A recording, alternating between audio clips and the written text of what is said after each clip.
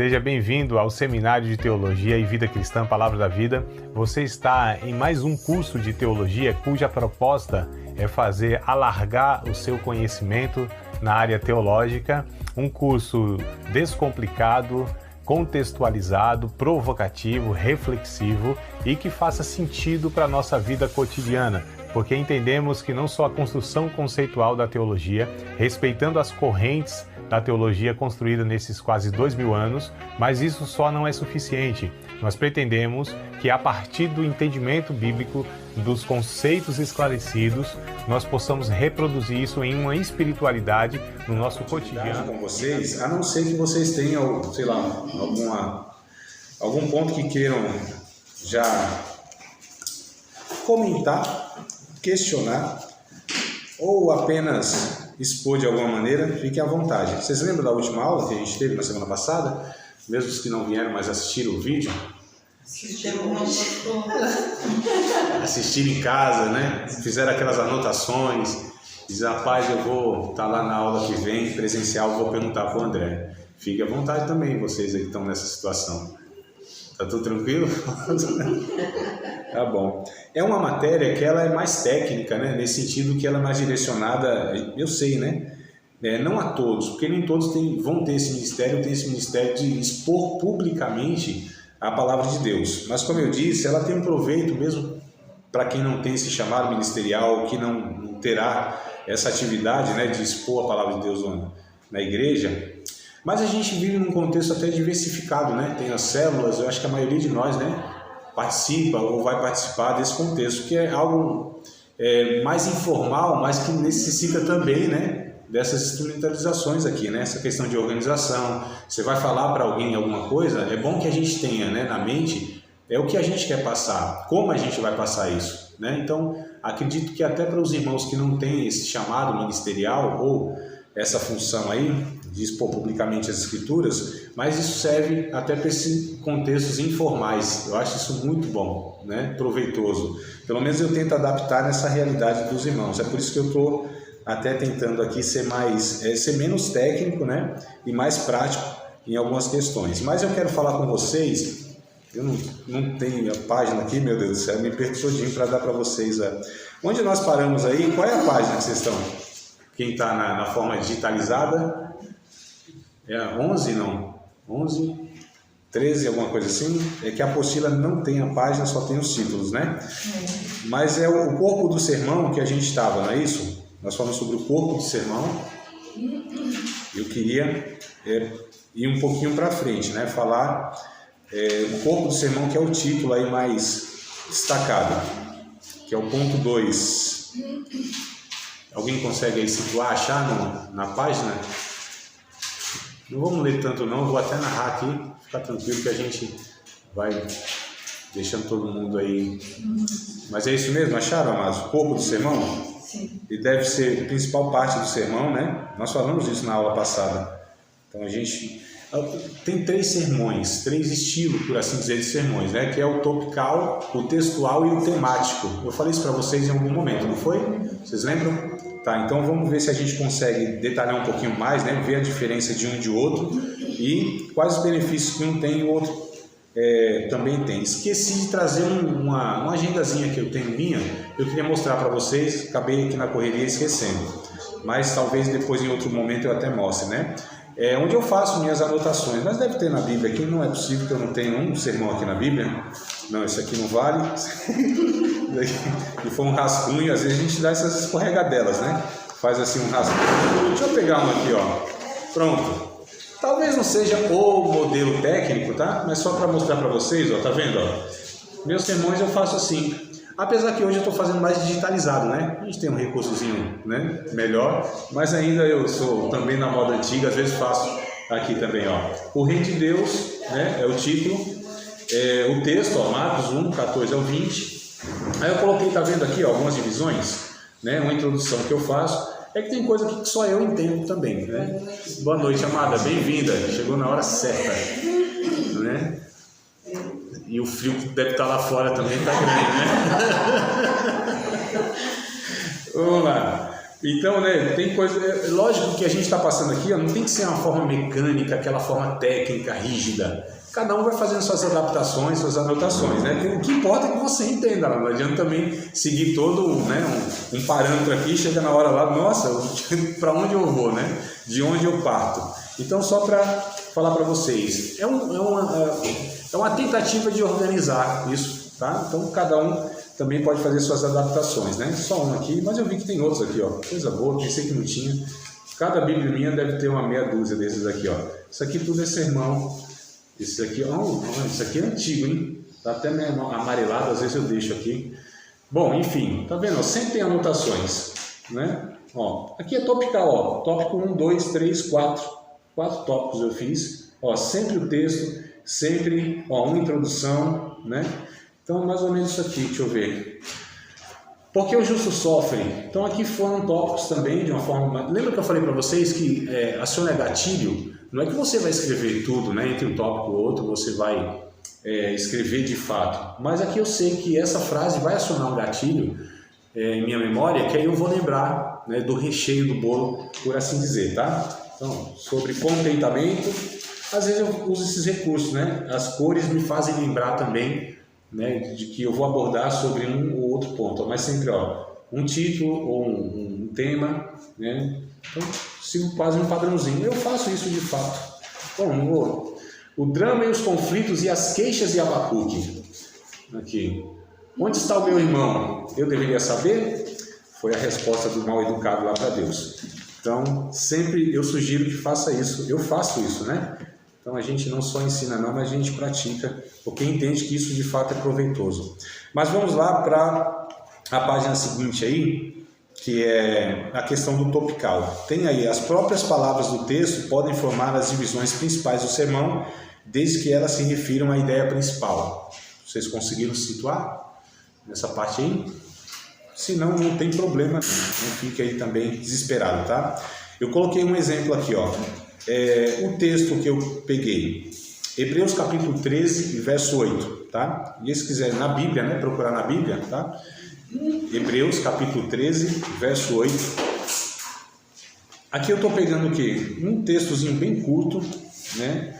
Que é um versículo apenas, mas que esse versículo, por si só, ele já pode ser tirado dessa forma. Nem todo versículo pode ser pensado, tá certo? Nem todo versículo pode ser pensado. A gente pode pensar versículos que a gente chama de versículo-chave, né? Na escola bíblica dominical das igrejas pentecostais, Assembleona, por exemplo, você tinha lá a revista escola dominical, o texto áureo, é o texto de ouro, né? É o texto que vai girar toda a lição. Então, quando você tem um conhecimento de todo o texto, aí você tem condição de fazer isso. Mas muitas pessoas pegam um texto fora do contexto e aí com um pretexto, dão um significado que ele não tem no contexto. Aí é muito complicado, porque a gente precisa estar passando se a gente pega aquele texto e ele tem uma declaração, uma afirmação, ele precisa fazer sentido dentro do contexto. E a gente já aprendeu em hermenêutica que a gente pode pensá-lo dessa forma isolada e dar um significado que ele não tem no contexto. Vocês lembram desse ponto aí? Lembram, né? Isso é fundamental, tá? Mas enfim, Hebreus capítulo 13, verso 8. Jesus é o mesmo ontem, hoje e eternamente. Eu coloquei um tema, Cristo que não muda, tá? Aí eu coloquei duas divisões, na verdade, ó. O que não muda em Cristo? Então eu poderia abordar o que não muda em Cristo. Se o texto está dizendo que Jesus é o mesmo ontem, hoje e eternamente, hoje, ontem e eternamente, né? O que não muda nele? O que em Jesus não pode ser alterado por causa do tempo, do contexto histórico, cultural? Porque Jesus não muda, né? O que ele ensinou, no caso. Outro segundo ponto, ou segunda divisão, ou segundo tópico aqui, né? Por que não há mudança em Cristo? Por qual motivo ele não pode ser alterado? Deus não sofre mudanças. E aí a gente tem textos na Bíblia, e a gente vai pegando esses textos para confirmar a declaração. Então toda declaração precisa ter uma base. Eu não posso afirmar algo da minha imaginação. Por que eu estou afirmando? Por que eu digo que Cristo não muda? Né? E quais coisas não mudam em Cristo? E por quais motivos não mudam? O que a Bíblia ensina sobre isso? Então eu vou falar. E aí a partir disso, aí eu vou fazendo as aplicações. Nós também não devemos, né, ser alterados dependendo das circunstâncias, porque o ensino de Cristo nos propõe, independente das pressões externas e internas, ter a mesma postura. Então nós não podemos sofrer alterações e mudar os nossos valores no comportamento. Enfim, eu poderia extrair dessas verdades e aplicar na vida prática e dar os exemplos, né? No segundo exemplo aqui, ó, peguei Mateus capítulo 14, verso 14 ao 21, percebam que já é um texto mais extenso, né? Não é um versículo só, do 14 ao 21, tá? É o texto. O tema que eu coloquei, relacionando a fé com a necessidade humana. Então, relacionando a fé com a necessidade humana. Primeira divisão, primeiro tópico, o desafio da fé. Quais são os desafios que nós temos na nossa fé? E hoje, né, a gente precisa contextualizar. Quais são os desafios hoje que nós temos? Vocês poderiam falar de alguns desafios que a gente enfrenta hoje, crente no Brasil, século 21, né, que a gente está? Eu me perco porque eu sou do século passado, né, irmãos? Todos aqui eu acho que são, né, do século passado. Vocês podem aí falar de algum desafio que a gente como cristão enfrenta hoje na sociedade, nos valores que a gente não tinha, por exemplo, há 50 anos atrás, talvez, pelo menos de uma forma explícita. Não vale nota, amados, pode falar. Tanta coisa, a cultura, a sociedade, o Estado, fé e política. Sim. Observaram bem, mas foram um pouco genéricos. Eu queria que fossem mais específicos. Na cultura, por exemplo. O que na cultura? Assim? O que é cultura? Lá, tava simples, né? É o meu papel, problematizar aqui, né? Complexar, tornar complexo aqui. Porque é isso que a gente muitas vezes vai se deparar. A gente fala, até na nossa cabeça, até tá, eu estou falando disso, eu sei que é isso. Mas para quem está ouvindo, ou quem ouviu a gente falar, fica genérico. A relativização de alguns aspectos culturais, quer dizer, a fé ela não é relativizada e a cultura ela vai se relativizando de acordo com novas gerações, com novas tecnologias, com novos inventos, com novos modismos e como se manter íntegros na fé ou éticos na fé diante de algo que é tão vulnerável e que vai mudando de uma forma muito líquida, muito dissecada. Então, um dos desafios da fé que nós temos na nossa geração é a relativização dos absolutos. Se Jesus não muda, né? Que não é, aliás, é do passado.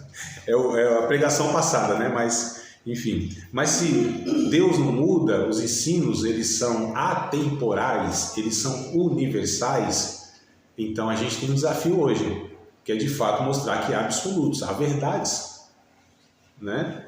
Então na cultura, o que é a cultura? É uma forma de ser e existir, viver e pensar. Então como se pensa hoje? Olha como é importante nós entendermos como a humanidade está vivendo para que a gente possa inclusive corrigir pelos ensinos da palavra de Deus, né? Então, o Estado, por exemplo, havia o poder do Estado na época de Jesus? Claro. Sim. Tão óbvio, né? Tão óbvio, claro. E Roma, né? Sim. Mas aí que ensino que a gente tem? Que vai nos dar também, olha, o contexto, ele é relativamente parecido. Então havia um Estado regulamentando algumas coisas lá. E há hoje muito mais, né? O poder estatal ele está muito mais pesado do que na época de Jesus. Talvez, né? Talvez, quem sabe. Mas e o texto? A gente tem algum texto para tratar sobre isso? Nós temos. Paulo escreveu, pelo menos, que eu me recordo agora, em 2 cartas. Né? Um em Timóteo, como a gente deve lidar com as autoridades, capítulo 2, verso 1 e 2. Romanos, capítulo número 13. Então, percebam como a gente tem ensinos, conteúdo bíblico para tratar dos nossos desafios de hoje. Nós temos. Fala de novo aí, qualquer versículo.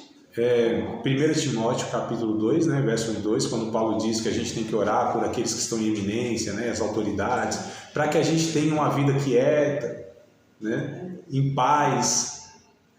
Romanos capítulo 13, Paulo vai falar sobre como lidar com o poder do Estado, que o Estado não traz a sua punição em vão. Então a gente tem que andar, na verdade, porque tem uns cristãos que eles reclamam das leis, mas muitas leis, na verdade, elas são justas. Elas são para regulamentar a sociedade, para manter uma ordem mínima, né? Aí o cara faz alguma coisa errada e vai dizer que é o diabo. Seguido. Então, olha como a gente precisa instruir nessa realidade. A Bíblia, na verdade, nos instrui, nos ensina a respeito da terra, amados, não é do céu, não. É muito mais ensino que nos orienta a como vivermos aqui na terra do que propriamente essa questão do céu, né? Então, às vezes a gente tem a questão da palavra de Deus que ela só nos remete às questões espirituais para a eternidade. Na verdade, não. A maioria dos ensinos da Bíblia nos ensina como viver como ser o ser humano deveria ser a partir de Cristo Jesus, enfrentando todas essas dificuldades.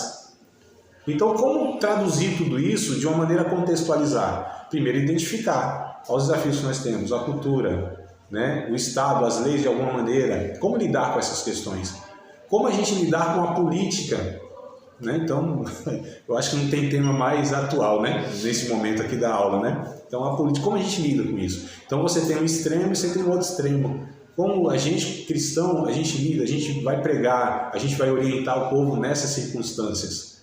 Então, é preciso ter um conhecimento bíblico adequado, o que a Bíblia ensina, e é preciso fazer a leitura da realidade que a gente vive. Isso é um desafio, que é o Karl Barth, né, aquele teólogo alemão, Karl Barth alemão, ele disse que o pregador precisa ter a Bíblia numa mão e um jornal na outra, né? Então a gente precisa ser essas pessoas.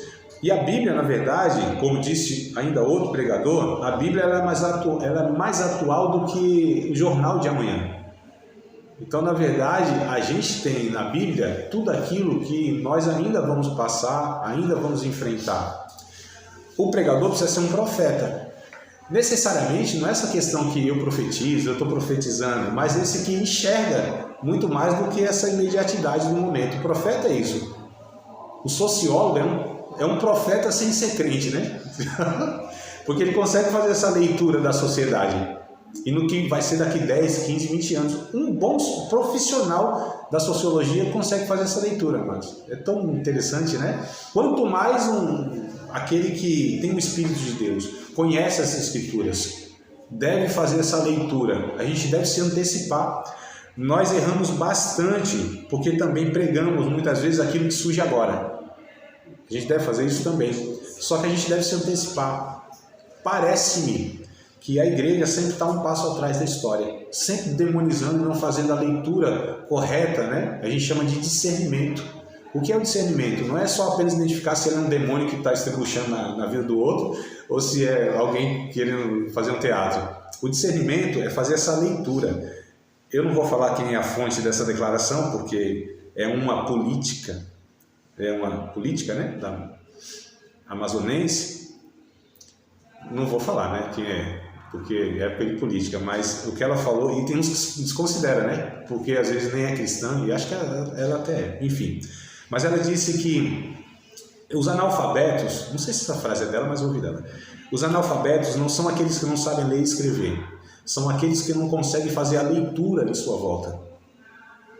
Vou falar quem é, né? Mas olha só, que coisa interessante, que pensamento interessante. Então a gente precisa ser essas pessoas que expõem a palavra de Deus e estejam concatenados com a realidade da vida, porque Jesus fez isso, os apóstolos fizeram isso, nós somos chamados a fazer isso, irmãos. Tratar das questões, dos desafios, porque quem é que tem a resposta para as angústias dessa sociedade? É a psicologia? É a filosofia? É a antropologia? Não. Podem sim contribuir e terem, né, as suas percepções. Só quem é que tem de fato a resposta última para a vida do ser humano em qualquer época que ele vive? E muito mais nessa aqui que parece que é a geração mais afundada, perdida que a gente tem em toda a história da humanidade. É um negócio assustador, não é? Quem é que tem? É a palavra de Deus, irmãos. Somos nós que portamos a palavra de Deus, nós que temos.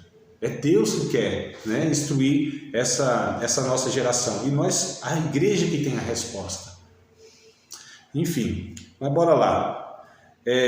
Então, dando um exemplo aqui, os desafios da fé. Olha só, quase que eu começo a pregar aqui, né, para vocês, né? Então, os desafios da fé. Me empolguei aqui, né? Desculpa aí, viu? Me empolguei. Mas só para exemplificar como a gente consegue estar discussando, a gente consegue estar extraindo, né? E tal. A segunda divisão, então, primeiro seria o desafio da fé. A segunda divisão, a recompensa da fé. Qual seria a recompensa da fé? Eu acho que seria até interessante nós termos em mente, e talvez até passar isso para o público, o que é a fé? Que fé que nós estamos falando? Qual é o conceito de fé? Quando a gente fala fé, o que a gente entende? Acreditar. Colocar crédito, né? Acreditar e colocar crédito. Tá. A fé, será que é sempre essa fé do acreditar e ser triunfante nos desafios? Se a gente falou de um desafio, a gente está falando da recompensa. Então, você tem um desafio, se você vencer o desafio, você tem uma recompensa. Que tipo de recompensa é essa que a gente está falando? Qual é o texto que vocês lembram agora, que é mais assim, emblemático da fé, no Novo Testamento, no livro de Hebreus capítulo 11? Qual é o texto? É o capítulo 11 de Hebreus, né? Então, ó, coisa boa, vocês estão entendendo. Então não é aquele texto que chama As Galerias dos Heróis da Fé? Não é esse, amado? Mais facilidade que essa é impossível, né? Depois aí que algum fala, captei a vossa mensagem, amado. Não é a chamada Galeria dos Heróis da Fé? Ora, a fé é o firme fundamento das coisas que se esperam, a prova das coisas que não se veem. Pela fé entendemos que os mundos foram criados pela palavra de Deus, de maneira que aquilo que se vê não foi feito do que é aparente. Pela fé, Abel ofereceu maior sacrifício do que Caim, pelo que ainda hoje seu sacrifício ainda fala. Pela fé, Noé, sendo avisado das coisas que haviam de vir, preparou a arca, né, junto com a sua família. Pela fé, Enoque, pela fé, Moisés, pela fé. Né? Ora, sem fé é impossível agradar a Deus, porque é necessário que aquele que se aproxima de Deus creia que Ele existe e que é galardoador daqueles que o buscam, no verso 6. Pela fé, Moisés sendo avisado das coisas que viriam. Pela fé, a Sara sendo ainda, né, amortecida no seu ventre, gerou filho lá e tal. Pela fé, Abraão, Isaac e Jacó viveram em tendas como peregrinos. Pela fé, Moisés, ele recusou ser chamado filho da filha de Faraó. Isso é quase que um trava-língua, né? Filho da filha de Faraó. Enfim, pela fé, me faltaria tempo, o texto vai dizer, para elencar os heróis da fé, né? Jefté, Baraque, Sansão, homens que venceram os reinos, apagaram a força do fogo, fecharam a boca dos leões, colocaram em fuga os exércitos estranhos. Pela fé, as mulheres recusaram, né, ser recompensada e para receber de uma forma melhor seus filhos. Pela fé. E outros? Isso, e outros. Está no verso 36 aí, 34, irmã? 34, né? 34, que a irmã citou agora, eu acho. E outros. Tem uma chave aí nesse outros, que é o 34, se não me falha, me ajudem aí. São 40 versículos, mas eu já pulei para o 34 aqui. E outros? 36. 36? O moço foi testado, foi escravo. Acho que é isso aí. Do 34 para frente, tem outro pelotão dos heróis da fé. Até o 34, 35, você tem uma fé que triunfa sobre todos os desafios, todas as dificuldades, realizam milagres, triunfam positivamente. Desse 34 em diante, ou 36, acho que 34, né? 34 aí que começa aí. Oh meu Deus, eu estou com a Bíblia aberta aqui, não, coisa nenhuma. 35, na verdade. As mulheres receberam pela ressurreição seus mortos, uns foram torturados. Aqui já começa a virar, porque até o 34 é só contando a fé que triunfou sobre os desafios, positivamente, né? Foram livres, escaparam, realizaram coisas assim humanamente impossíveis e tal. Só que o 35 começa a virar essa chavezinha, mostrando que a fé ela também produz um resultado que necessariamente não é o triunfo positivo que até então tiveram esses todos. Então olha só, verso 35, as mulheres receberam pela ressurreição seus mortos, uns foram torturados, não aceitando o seu livramento, para alcançarem uma melhor ressurreição, e outros experimentaram escárnios e açoites e até cadeias e prisões, foram apedrejados, serrados, tentados, mortos ao fio da espada, andaram vestidos de peles de ovelha e de cabras, desamparados, aflitos, maltratados. Não é porque não tinha fé, porque estava em desobediência, porque não dava o dízimo, porque não fazia as coisas certinhas não. Né? Como essa fé triunfalista que pregam aí. Homens dos quais o mundo não era digno. A ênfase está aqui, ó. Errantes pelo deserto e montanhas ou montes, pelas covas e cavernas da terra. E todos estes, tendo testemunho pela fé, não alcançaram a promessa. Vocês percebam que algumas declarações não fazem sentido? Quem tem promessa de Deus não morre. Tem até música, eu acho, né? Ó, se você está sofrendo alguma questão, é porque você não tem fé suficiente. Então, que fé que nós estamos falando? Qual é a fé bíblica? Existe essa fé que nos faz triunfar nos desafios e a recompensa é o triunfo positivo? Sim. Mas e outro? Não, é só vitória. É só vitória, né? Agora é só vitória. Agora é só vitória. Tinha uma música há uns 20 anos atrás, né? Vai dar tudo certo. Em nome, se a gente colocar a nossa fé em ação e confiar e orarmos a Deus, vai dar tudo certo. Mentira. Então, assim, a gente vai vendendo pela música e pela pregação aquilo que não é bíblico. Então, percebam, amados, o desafio que a gente tem de traduzir, de interpretar a Bíblia, né, para expor essa verdade de uma maneira adequada, correta. E olha quanta coisa que é inadequadamente afirmada em nome de Deus. E as pessoas abraçam isso, porque tem como verdade, seja pela música ou seja pela própria pregação. Diga, amado. Por que esse capítulo 11, ele vai até a travessia do Mar Vermelho, que é o 29, depois ele já pula para os muros de Jericó, e ele não fala nada da caminhada do povo pelo deserto. Todo esse trajeto, todo esse trecho da história, esse capítulo pula. Será que é porque durante a travessia do deserto eles não fizeram nada pelo Quase matou a charada, viu? Quase matou a charada. Se aqui o relato é da história daqueles que viveram pela fé, então você tem esse interregno, né? De 40 anos. Você tem um hiatozinho aí. Fizeram um bezerro de ouro que... Você tem uma geração toda que presenciaram milagres. 24 horas, não estou exagerando em nada que eu estou afirmando aqui. Que presenciaram milagres a olho nu 24 horas por dia durante 40 anos. Dá para imaginar uma situação dessa? Vou repetir. Quase 2 milhões de pessoas durante 40 anos, 24 horas por dia, ininterruptamente presenciaram milagres que não se repetiam em toda a história humana a olho nu. Falo, meu Deus do céu, devia ser a geração que tinha que ter mais fé. E aí o texto de Hebreus, capítulo 4, vai falar o motivo porque esse povo não entrou na terra. Fala, não é possível. Que foi isso? Foi. Capítulo 4 não, capítulo 3. Capítulo 3, versos 17, 18 e o 19, que é o que é a punhalada no fígado do crente, né? Então, ó, capítulo 3 de Hebreus, verso 17. Mas como quem se indignou por 40 anos, não foi porventura como os que pecaram, cujos corpos caíram no deserto? E a quem jurou que não entrariam no seu repouso, senão os que foram desobedientes? E vemos que não puderam entrar por causa da sua incredulidade. Aí essa bobagem que o milagre... O milagre não foi, né? Não foi, né? O milagre gera fé. Essa afirmação ela pode ser verdadeira? Não. Porque eles viram aqui a prova na história. Então talvez tenha esse intervalozinho aí, porque essa geração ela foi incrédula. Olha só, amados. Então, inclusive... Esse milagre em alguns, ele retirava do local, principalmente quando o espaço era fechado, quem não acreditava, ele retirava e não deixava presenciar o milagre. Se fosse assim, então não deixava não. Sim, sim. Na verdade, a gente vende uma inverdade né?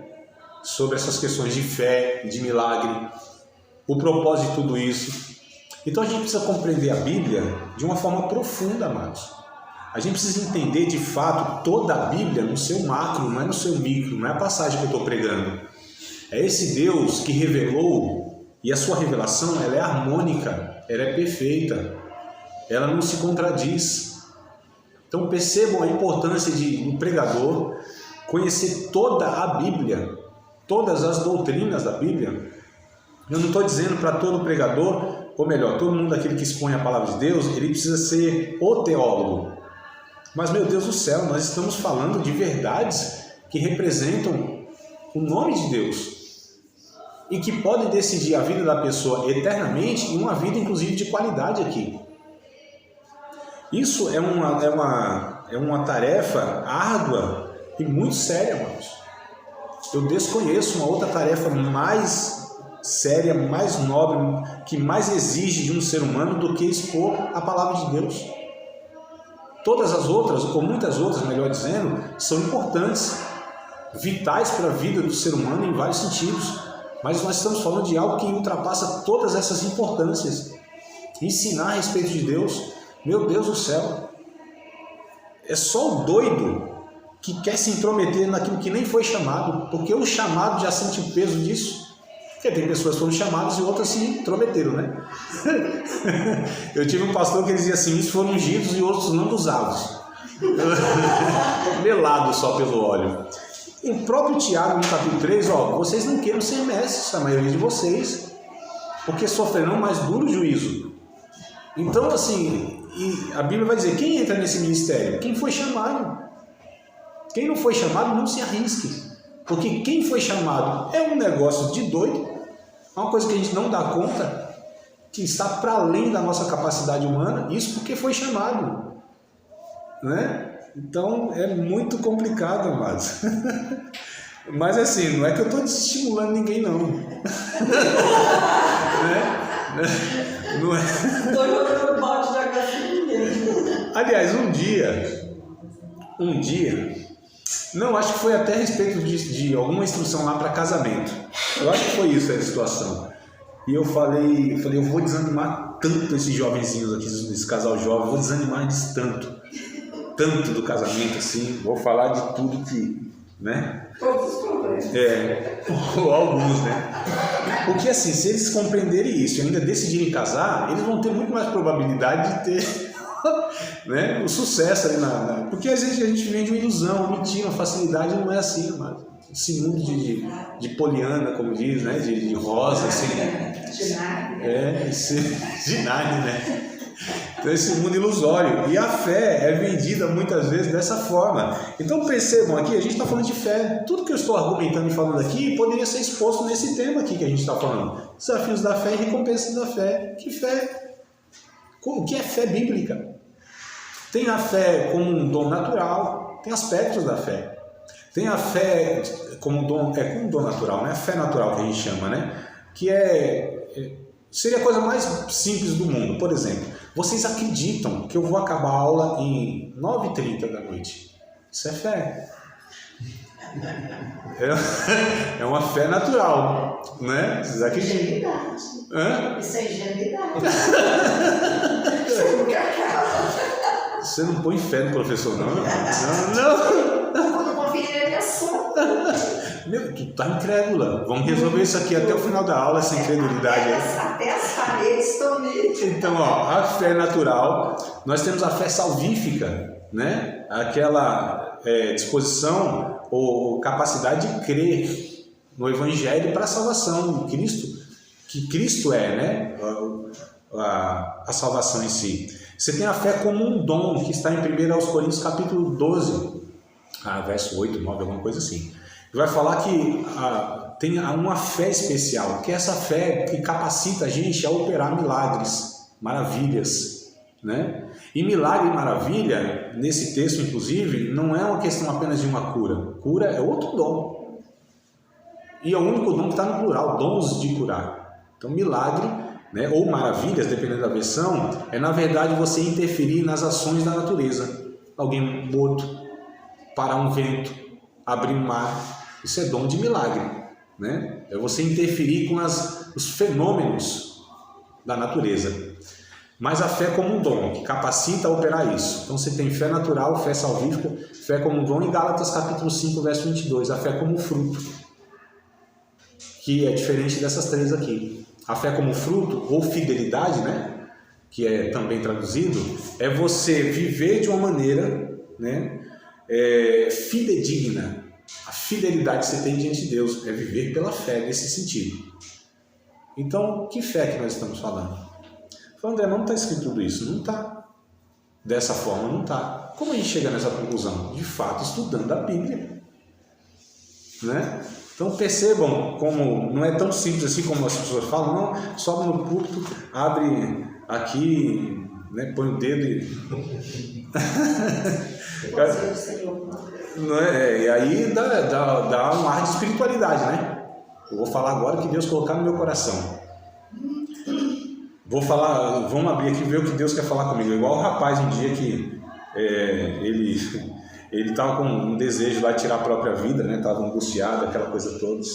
Mas antes de fazer isso eu vou buscar aqui na palavra de Deus, para Deus me orientar aqui. Aí quando ele abre assim, estava aquele texto lá de Jesus que disse para Jesus: o que tem que fazer, faz-o depressa.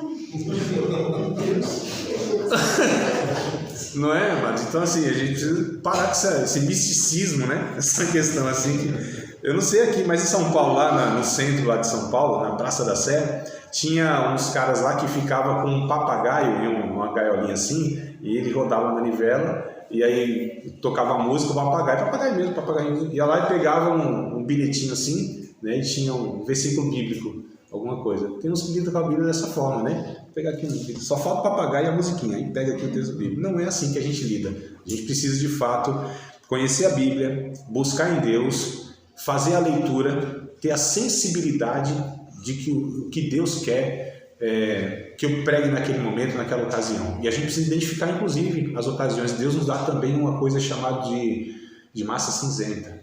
Aqui no córtex frontal tem esse tico e o teco, né? São os dois neurônios que ainda podem estar funcionando. Deus nos dá inteligência para, inclusive, discernir qual é o momento que a gente deve falar. Então, assim, tem culto fúnebre. O pregador não escolhe o culto. Tem o culto fúnebre, né? Onde, inclusive, foi o primeiro culto que eu preguei na nossa igreja aqui, ó. Culto fúnebre. Né? Tipo assim, foi de última hora mesmo, não foi nada agendado, não.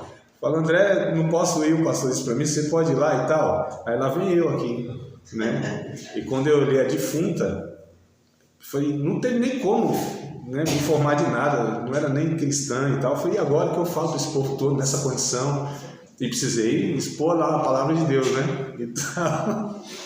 Mas assim, amados, a gente precisa fazer essas leituras, né? Enfim, vamos lá, eu ia soltar uma piada aqui, mas não posso, não, também tem que me conter, né? Eu falo... A recompensa da fé.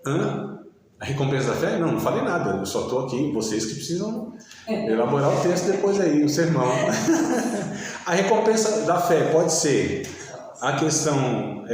até no texto que eu peguei aqui de Hebreus com vocês, pode ser o triunfo positivo sobre a situação, Deus reverter toda a situação adversa aí, né? E seguir em frente. Ou pode ser conviver com toda aquela situação o resto da vida.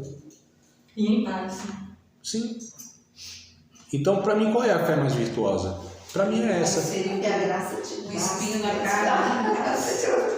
Que não contempla esse agir de Deus me socorrendo, mas esse que me faz suportar a situação, mesmo assim não me tornar amargo, incrédulo, não abandonar Cristo, não pôr em dúvida o amor de Deus, o caráter de Deus. Convivo com aquela situação e sirvo a Deus. Então, olha só, irmãos. Qual é a fé mais virtuosa? Qual é o aspecto da fé mais virtuoso? Esse que leva-nos, né, a sempre se safar, a sempre buscar em Deus. Aí se torna um crente safado, né? Vai se safando, e não enfrenta as dificuldades da vida. Mas tem também, a gente precisa trabalhar também a outra questão de estimular essa fé de que Deus ele pode reverter as situações. Então, olha o equilíbrio das coisas, amados. Não é fácil. A gente está lidando com verdades profundas, coisas que a gente até desconhece, né? No sentido mais profundo. Então, assim, o pregador tem, na própria pregação, parte da pregação do pregador que o pregador desconhece. Tem coisas que a gente fala que a gente não domina, não compreende totalmente. Paulo, me parece que ele teve aí essa conclusão. Em Romanos capítulo 11, verso número 33, 34, 35, 36, isso aqui é para dar tempo de pegar o texto bíblico, vai lá. Romanos 11, 33 ao 36, tá? Em Romanos, Paulo fala de verdades profundas a respeito do pecado, da salvação, a graça de Deus, a condição do homem. É o livro mais teológico que Paulo escreve, muito mais profundo do que os outros demais, que já são, né? Que já são. O próprio Pedro, ele reconhece, tem umas coisas que Paulo escreveu que é difícil de entender, viu? Olha, se o apóstolo Pedro chegou a essa conclusão, imagina a gente. E aí Paulo vai dizer, ó profundidade da riqueza, tanto da sabedoria de Deus quanto do seu conhecimento. Quão insondáveis são os seus caminhos, quão inescrutáveis são os seus caminhos. Quem foi o conselheiro de Deus? Tem hora aí que Paulo diz, eu também não estou entendendo muita coisa não, mas eu estou passando para vocês aí. Né? Então a gente precisa entender que tem essas tensões, essas dinâmicas e essas questões, amados. Mas é a palavra de Deus. Mas aquilo que a gente deve, aquilo que Deus nos concedeu, que é a nossa parcela de responsabilidade, dedicação, a gente deve fazer. A pregação é uma cooperação. É Deus operando e a gente cooperando. É Deus agindo e a gente sendo esse veículo da ação de Deus. Não é só Deus, não é só a gente. Diga. O 32 diz assim, porque Deus encerrou a todos na incredulidade, para que Ele pudesse ter misericórdia sobre todos. E agora? Eu também pergunto, e agora? Tá vendo, amados? Não é só o pessoal do deserto, não. Todo ser humano. A Bíblia vai dizer, o Romanos capítulo 2 vai dizer, judeus e gentios, todos estão debaixo do pecado. Não há melhor nem pior. Todos estão Deus cerrou todo mundo debaixo da mesma condição de pecados. Todo ser humano é pecador. Enfim, a questão sobra para cada um de nós que vai propor alguma fala que a gente possa entender, elaborar e elucidar tudo isso, irmãos. Né? O que é a pregação? A pregação é eu trazer mais luz àquele que está me ouvindo. Eu preciso trazer mais compreensão. Não é possível que eu pregue alguma coisa, a pessoa até entrou ali sabendo de alguma coisa e saiu toda confusa. Como que pode isso aí, né? Vocês já ouviram alguém assim? Tipo assim, daquele assunto lá que vão falar, que vai falar, você até sabia alguma coisa, mas depois da pregação aí confundiu tudo, não sabe mais de nada. Até o que sabia agora ficou tudo confuso. É igual uma aula, né? Você entra numa aula assim e tal, e começa a falar alguma coisa, o professor fala, isso aí eu compreendo um pouco. Aleluia. Eu compreendo. Repreende o trancabate. Está perdoado, amados, mas vai no técnico mais. Para que não te aconteça coisa pior. Então, amados, brincadeira aqui a parte, ó. Eu até perdi o raciocínio. Não foi a minha brincadeira que me fez perder o raciocínio. A da aula, né? Então, você está falando alguma coisa aqui e fala, nossa, aí eu até tenho alguma compreensão, ouvi alguma coisa. Aí no final, a pessoa embaralhou tudo, confundiu. É um papel inverso daquilo que está expondo, seja o professor, o pregador, quem quer que seja. Então, a gente precisa sempre partir da simplicidade, né? Não é prometer vender alguma coisa e não vai poder entregar. Então, a gente começa a pregação falando que vai trazer a elucidação sobre o porquê do mal no mundo. Meu Deus do céu! Né? Não tem como fazer isso. Vai falar de coisas que não domina e até começa bem, cria a expectativa no povo e no final deixou vago. Então é melhor a gente partir da simplicidade, das coisas práticas, dos textos mais simples, né? Quando é pregação pública, quando é um culto de ensino, pode-se abordar de uma forma diferente. Se é um encontro com mulheres, né? Então nós temos na Bíblia muitos ensinos pertinentes. Se a gente vai falar em um grupo de jovens, nossa, a linguagem precisa ser acessível. Porque a gente sabe, dependendo do público, a linguagem atrapalha tudo. Você simplesmente assim bloqueia, ninguém nem se interessa mais. Tem grupos sociais que, se você não tiver a linguagem adequada, eles não te escutam. Não é assim no tribunal? Se você não tiver a linguagem técnica, nem é considerado. Na academia, mesma coisa. numa roda aí numa tribo social, num gueto, né? Tá uma meninada aí, uns adolescentes, se você não tiver a linguagem apropriada, você não comunica, mas já dizia o profeta, quem não se comunica... Que profeta! Pode puxar Ué, não sei, vai saber, alguns têm como profeta cada um, né? Vamos lá um pouquinho para frente aqui. Deve fazer a transição entre as divisões do sermão, né? A gente está falando das divisões, eu coloquei 2 divisões e já fiz essa... quase que previ aqui tudo. Então, deve-se fazer a transição entre as divisões do sermão. Na proposição, a vida cristã é uma vida vitoriosa. Podemos incluir as seguintes interrogativas. Quais são os motivos que nos levam a considerar que a vida cristã é uma vida vitoriosa? Como se faz uma vida cristã vitoriosa? Este tema poderia nos levar a uma resposta baseada em Romanos, por exemplo, né? Porque todas as coisas concorrem para o bem daqueles que amam a Deus, ou porque em todas essas coisas somos mais do que vencedores. Vocês lembram desse texto de Romanos 8, 38, é isso? 28, 18. E agora? Não é pegadinha não, não sei mesmo, me ajudem aí. Os irmãos estão tão desconfiados aqui. 37. Nem 18, nem 28, nem 38. Mas em todas essas coisas somos mais que vencedores por aquele que nos amou. É sobre o primeiro, irmã Delva, que é todas as coisas cooperam, concorrem, né? Para o bem daqueles que amam a Deus. E é o 28. Qual é esse? 28? 8 e 28 de Romanos. É que eu citei 2 aqui, né? Mas o que eu quero aqui pegar para abordar problematizar mais um pouquinho aqui. Tá tudo muito fácil, tranquilo, né? Então, estou problematizando. Então, o tema poderia ser esse, porque todas as coisas concorrem para o bem daqueles que amam a Deus. Dependendo da versão, não está concorre, está contribui. Não é? Dependendo da versão ainda, se for NVT, Deus age em todas as coisas. Deus trabalha em todas as coisas? E nós sabemos que Deus coopera em tudo para o bem daqueles que o amam. Então, coopera, concorre, contribui, trabalha, age em todas as coisas. Dependendo da versão, a gente tem 5 termos aí diferentes que podem ser concluídos de uma forma diferente. O termo faz toda a diferença. Tá vendo, amados? O desafio que a gente tem? André, e agora? O que eu faço nessa situação? Estudar um pouco mais. Não é só a versão. E buscar comentários. Se possível for, tiver recurso, os originais. Os originais é um pouco difícil, tem uma noção boa da língua, né? Porque às vezes a pessoa pega lá, vou no original lá, a palavra aqui está tal termo, é isso aqui. Nem sempre é. Como no nosso idioma, na língua portuguesa, também o mesmo termo dentro de um contexto, ele pode ter um significado totalmente diferente, porque ele está dentro de um contexto.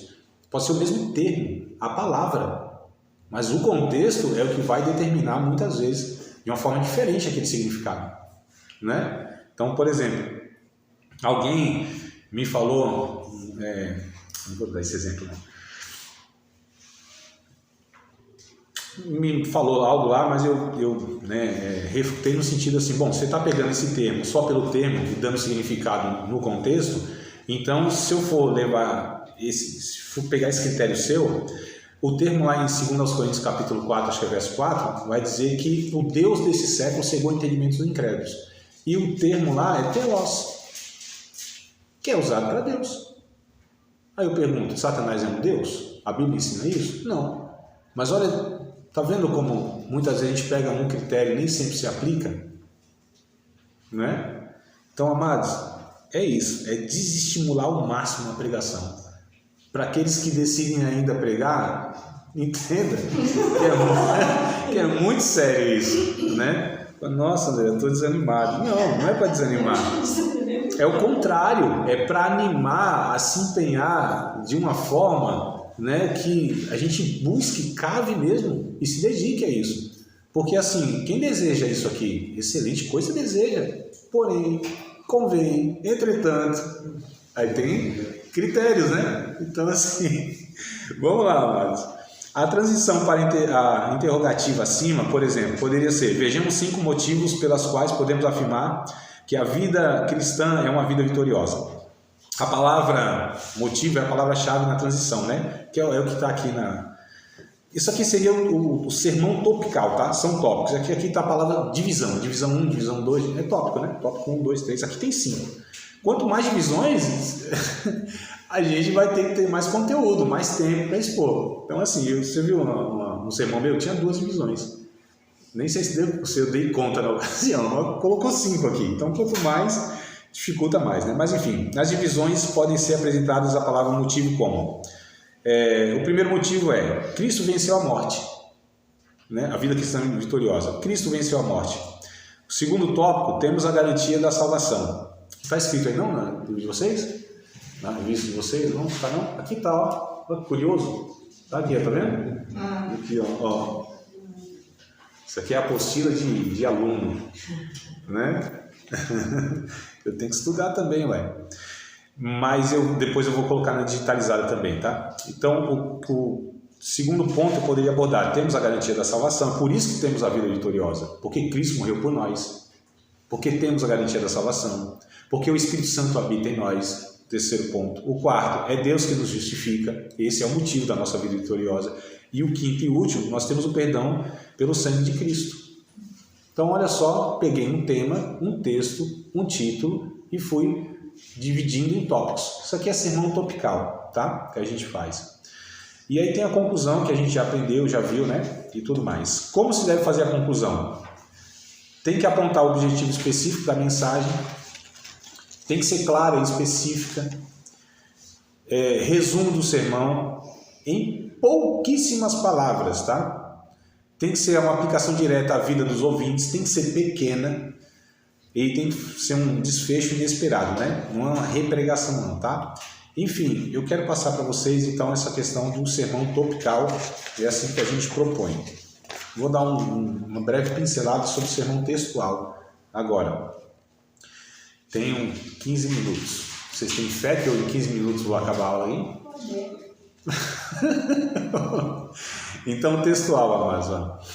O sermão textual é aquele que toda a argumentação está amarrada no texto principal, que será dividido em tópicos. No sermão textual, as ideias são retiradas de um texto escolhido pelo pregador.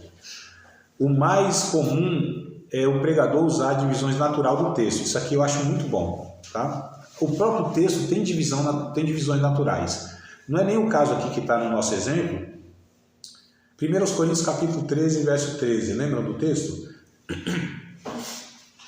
13 e 13. 13 e 13.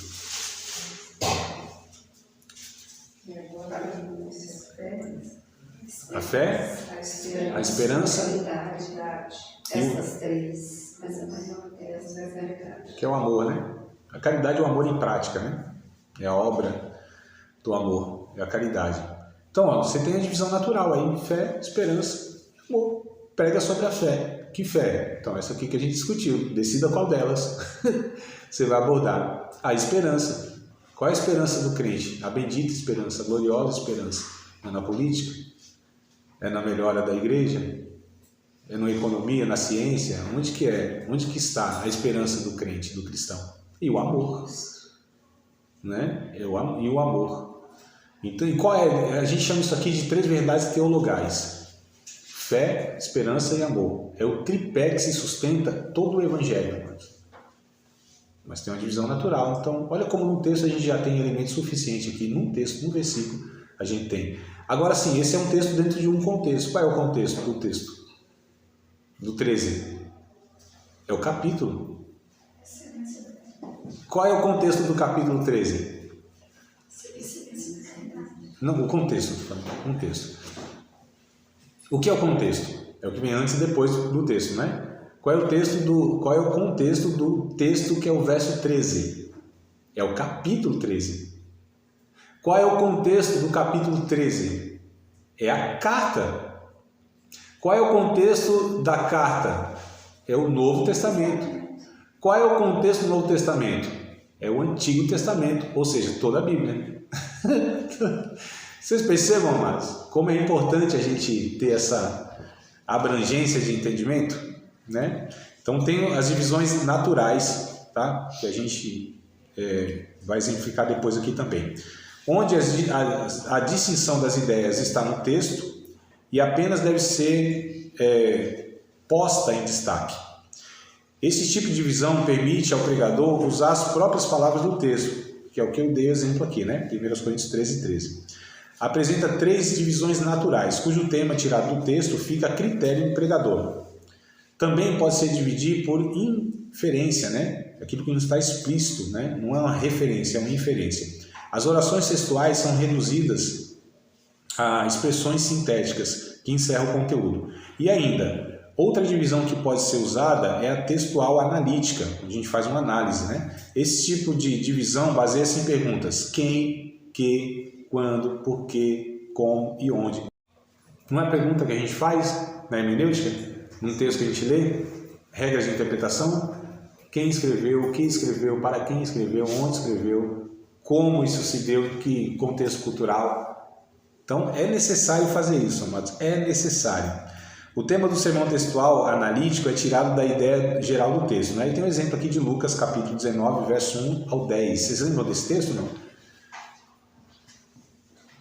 Lembra do texto? Não? Zaqueu, né? Então você tem aí, ó, do verso 1 ao 10, toda a história lá de Zaqueu. Conhecer, né, como a gente falou, às vezes atribuir um pecado que a pessoa nem tinha, né? Já tinha tantos outros, né? Então, era ladrão. Será que dá para a gente afirmar que o cidadão era ladrão mesmo, roubou? Será que o texto nos permite fazer isso? Lembra da mulher, a Maria Madalena? Que a gente afirma, né? A prostituta, mulher da vida, meretriz. Não seria nessa parte aqui que ele fala, levantando-se daqui, eu disse ao Senhor: Senhor, eis que eu dou aos pobres metade dos meus bens, e se em alguma coisa tenho defraudado alguém, o restituo quadruplicado. De repente, em cima desse pedaço, julgaram que ele... Então, mas será que isso é possível? É a pergunta. Mas ele diz assim: e se nem ele tem consciência? Ensina alguma, né? Nem ele tem consciência de ter feito isso. Se tem feito, né? Sim. Agora vamos entender a... Na verdade, a gente, né, também pode defraudar alguém sem sentir, né? Durante a... Mas será que a gente pode afirmar que de fato ele estava afirmando que tinha roubado? Não. Então, mas alguns afirmam. Esse pedaço fala ladrão. Isso. Mas aí a questão é o núcleo da passagem, será que é essa? Será que é isso que a gente deve enfatizar nesse texto? Que é o verso 10, né? O Filho do Homem veio buscar e salvar aquele que se havia perdido. Jesus disse: entrou salvação nessa casa. Por que entrou salvação nessa casa? Porque só o reconhecimento e a disposição de reparar qualquer erro que tenha feito no passado, a partir do encontro com Jesus, é aqui se evidencia o arrependimento. Então, buscarmos no texto, né, o núcleo, o ensino principal desse texto. Isso é fundamental. E de uma forma mais literal possível, né? Quando for possível. Eu tenho escolhido, eu tenho entendido que a Bíblia deve ser lida da forma mais simples possível, quando isso é possível. A literalidade do texto, a gente já aprendeu em hermenêutica que nem sempre, a gente tem que identificar. Opa, é simbólico, ali é uma alegoria, o que tem de representação ali? O texto é histórico, é uma promessa, é uma profecia, né? Mas a forma mais simples, quando é possível, a gente deve optar por isso. A simplicidade, amados, da leitura, da exposição e da pregação. Os maiores pregadores que eu conheci pessoalmente e pelos estudos são pessoas de uma linguagem, de uma simplicidade assim assustadora. Um dia eu vi um irmão, vocês já viram falar num livro chamado A Cruz e o Punhal? Muito antigo. Já leu, né, entendeu? David Wilkerson. Eu falei, nossa, eu li, comecei a ler aquilo lá, eu falei, nossa, que homem usado por Deus de uma maneira extraordinária, né? Na época lá, agora eu não vou me lembrar, essa década de 1960, 70, alguma coisa assim, nos Estados Unidos, nas gangues que tinha, né? Tal. E eu tive o privilégio de ouvi-lo pessoalmente. Nem lembro que ano foi, não me pergunte. Mas deve ter sido mais de 15, 17 anos atrás, alguma coisa assim. Mais ou menos aí, 17, 18, talvez um pouco mais. E assim, como aquele homem pregou numa simplicidade assustadora. Uma coisa tão simples, né? Billy Graham, a gente ouve as mensagens dele assim, que coisa simples, que linguagem simples. E outros tantos aí que a gente fala, não é possível. Russell Shedd, que também nós tivemos o privilégio, né, de ter esse homem de Deus na nossa geração. Que simplicidade e ao mesmo tempo, que profundidade. Isso é um desafio que a gente tem. E é isso que a gente deve fazer, né? A gente vê pregadores, às vezes, optando por linguagem, que é mais um exibicionismo, né? Porque querem mostrar que falam bem, que falam bonito, que dominam o vernáculo, que tem conhecimento. Tem música aí que você tem que ser um químico para ouvir. Placa tectônica. Não tem uma música aí, não cantam mais, eu acho, né? Esqueci o nome da cantora, senão eu falava. Não é falta de ética, não, só ia mencioná-la. Tu dizes, eu não estou dizendo nada, nem ela mesma. Então tá bom.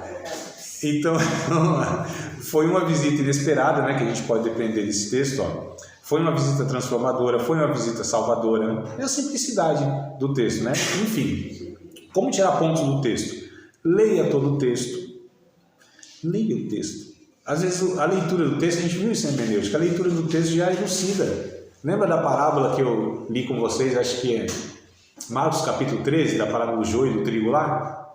Né? Vocês lembram, não? Eu li com vocês na matéria de hermenêutica. Então, assim, tem a interpretação dela um pouquinho para frente, alguns versículos para frente, Jesus explica tudo que significa o joio, o trigo, o homem que semeou, o campo, tudo, é o texto, né? Então, como tirar pontos do texto? No mínimo, leia todo o texto. Procure a ideia principal do texto. A ideia principal, esse texto, qual é a ideia principal? Pode ter subjacentes, pode ter os secundários, pode ter, mas o principal. Procure isso. Procure os principais verbos e seus complementos. Lembre-se, verbo é ação. Tá? Quais são os verbos nesse texto, né? Quais as ações que tem? Procure os sentidos expressos nas representações simbólicas, metafóricas ou metáforas e figuras, se houver. Não colocar onde não tem e não desconsiderar onde tem. Na parábola do bom samaritano, lembram? Onde a gente alegorizou toda aquela passagem? E não é possível, não tem. Não é o que Jesus pretendeu, não é o que o escritor ele propôs na narrativa da parábola. Não tem aquela alegoria toda. Mas e nos textos que tem alegoria, que tem o símbolo? Então a gente também não pode tomar como literal. Não é? Com base nos verbos e significados retirados, crie frases, são as divisões, né? Que os complete e que passem uma ideia ou estejam ligadas com a mensagem a ser pregada. E o quinto ponto aqui, sugestão, organize as frases dentro da ideia principal, tá? Leia todo o texto. Outro exemplo aqui, Salmos, meu Deus do céu. Salmos 40, verso 1 ao 4. Estou dando sugestões aqui, exemplos, né, de como a gente pode fazer essas pregações aqui. No caso textual tá? A gente está tirando do texto, são os tópicos, é do texto que a gente está tirando. Então, Salmo 40, verso 1 ao 4, lembram desse texto? Estou pegando só conhecido aqui, mas só os mais são mais pregados, pelo menos o que eu observo, né? Esperei com paciência no Senhor, lembra? Que é a oração da jovenzinha que estava encalhada, né? Vocês não sabem dessa história, não? Não? É a jovenzinha lá que estava com 25 anos, né? Esperei com paciência no Senhor. Com 30 anos ela orou, né? A pressa de Deus em socorrer-me, que é o Salmo 70, né? Nos 35 ela disse, Senhor, aquele que vinha a mim, de modo algum lançarei fora. Então... eu não resisto, não, desculpa, a gente, né, geralmente aqui tem uma aula mais espiritual, mas é que hoje eu estou, vamos lá, texto do Salmo 40, verso 1 ao 4, né, o tema, nem antes nem depois, mas um tempo de Deus. Olha o tema que pode ser proposto, né, nem antes nem depois, no tempo de Deus. A introdução, a esperança significa expectação em receber um bem, o mundo é imediatista. Olha como isso aqui é contemporâneo, mas nós vivemos uma geração que é do imediato, é agora. A Bíblia quer nos ensinar quais são os processos da vida, esperar em Deus. As pessoas são ansiosas demais né? Então o Evangelho pretende corrigir isso. A ansiedade é falta de fé, na verdade, que Jesus vai dizer. Então, ainda nesse salmo aqui, então o tema, a introdução e o corpo. O que acontece quando você espera no Senhor? Então a gente poderia colocar aqui 5 pontos, né? Tirado do próprio texto. Não sei se vocês estão com a Bíblia aberta aí no Salmo 40. No verso 2, por exemplo, a gente poderia retirar. Ele tira da condição atual. Tá? Qual é o seu lado horrível? Né? O chakra de Então, quem espera no Senhor, quem tem paciência em Deus, Deus tira a pessoa daquela condição atual, ou seja, de ansiedade, de desespero e etc. e tal. Ainda no verso 2, a gente pode extrair uma verdade, uma declaração. Ó. Ele te coloca em segurança, que é na rocha, está no texto aí. Eu não estou tirando de nenhum lugar, a não ser do texto. Tá? Essas divisões aí. Está na divisão do texto, né? Te dá visão para solucionar, então, o problema. Na terceira divisão, ainda no texto do 40, no verso 3, ele requer a sua adoração, um novo cântico, adorar em espírito e em verdade. Ainda no verso 3, poderia fazer uma quarta divisão. Ele te faz testemunha, muitos o verão, vocês vão ser minhas testemunhas. Inclusive estou pegando do Antigo Testamento e pegando também referências do Novo aqui. Perceberam que o texto em si, ele já dá condição para a gente extrair, amados. É pregar a Bíblia, expor a Bíblia. Né? Nem necessitou de tanta elaboração teológica e tudo mais. O próprio texto aqui, os textos dos Salmos, eles são muito práticos, porque o que são os Salmos? Os Salmos são a expressão da alma do salmista. As expressões possíveis que um ser humano pode ter de alegria, de tristeza, de frustração, de raiva, de ansiedade, de tudo, amados. Ali a humanidade está exposta de uma forma assustadora. Esses salmistas são seres humanos na humanidade mais aflorada que tem lá. Né? Não é uma fé que a gente vende, que é a fé dos heróis, da fé daquele primeiro pelotão. Aqui o salmista, às vezes, ele entra numa com Deus e diz, o senhor quebra o queixo logo, o maxilar, os dentes do meu inimigo, assim. A gente chama de salmo Mike Tyson, né? Estou frustrado, o senhor não vê a situação, eu estou comparando a minha vida com o ímpio aqui, parece que a vida dele é melhor, e a minha essa pindaíba lascada que está aqui. Então, olha como fala o nosso coração, né? O Salmo é uma coisa fantástica. Alguns pensam que o Salmo o livro de Salmos, ele é menos complexo do que os outros e pode ser tipo, vou ler um Salmo aqui para não ficar nas minhas palavras, né?